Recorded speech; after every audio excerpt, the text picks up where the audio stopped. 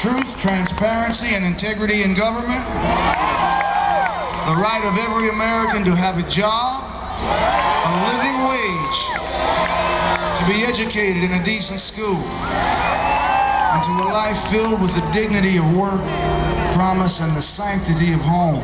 These are the things that make a life. You're fine. Okay. These are the things that build and define a society.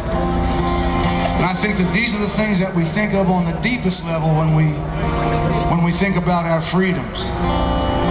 But today those freedoms have been damaged and curtailed by 8 years of a thoughtless, reckless, and morally adrift administration. But we're at the crossroads today. Now, I spent most of my life as a musician, measuring the distance in my music between the American dream and the American reality. But I look around today, and for many Americans who are losing their jobs or their homes or seeing their retirement funds disappear, who don't have health care, who've been abandoned in our inner cities, the distance between that dream and that reality has grown greater and more painful than ever. Now, I believe that Senator Obama has taken the measure of that distance in his own life and in his own work. And I believe that he understands in his heart the cost of that distance in blood and in suffering in the lives of everyday Americans. I believe as president, he'll work to bring that promise back to life and into the lives of so many of our fellow Americans who've justifiably lost faith in its meaning. Now, in my job, I travel around the world and I occasionally play to big stadiums, crowds like this, just like Senator Obama does. And I continue to find out that wherever I go, America remains a repository for people's hopes, their desires. It remains a house of dreams. And 1,000 George Bushes and 1,000 Dick Cheneys will never be able to tear that house down.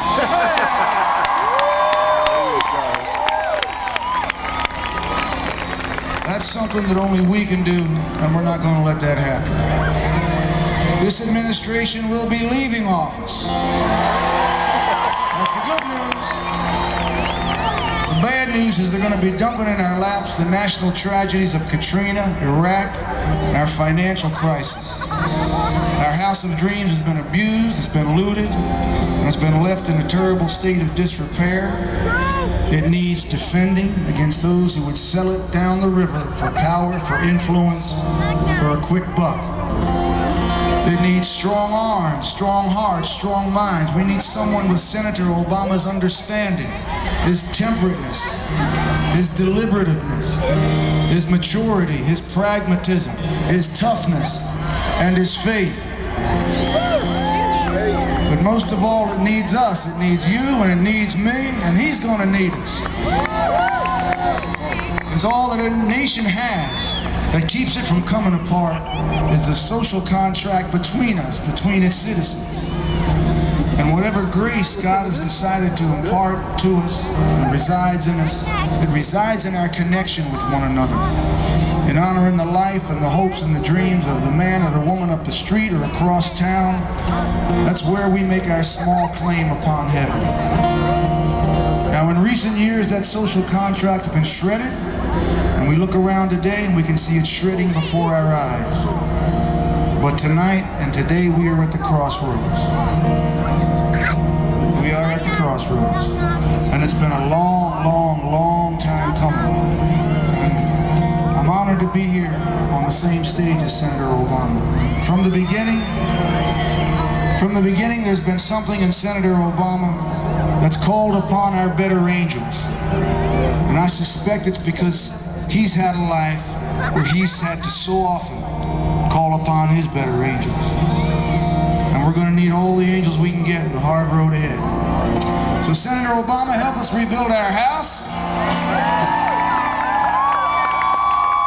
For the dreams from all our citizens.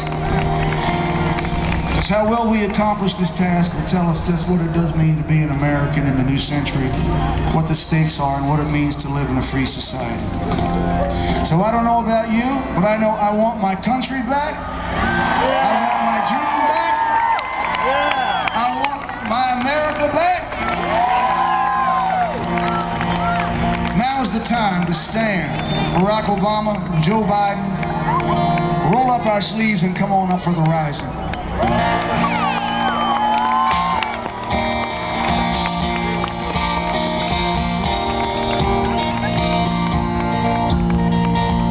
Can't see nothing in front of me. Can't see nothing coming up behind. I make my way through this darkness. Can't feel nothing but this chain that binds me.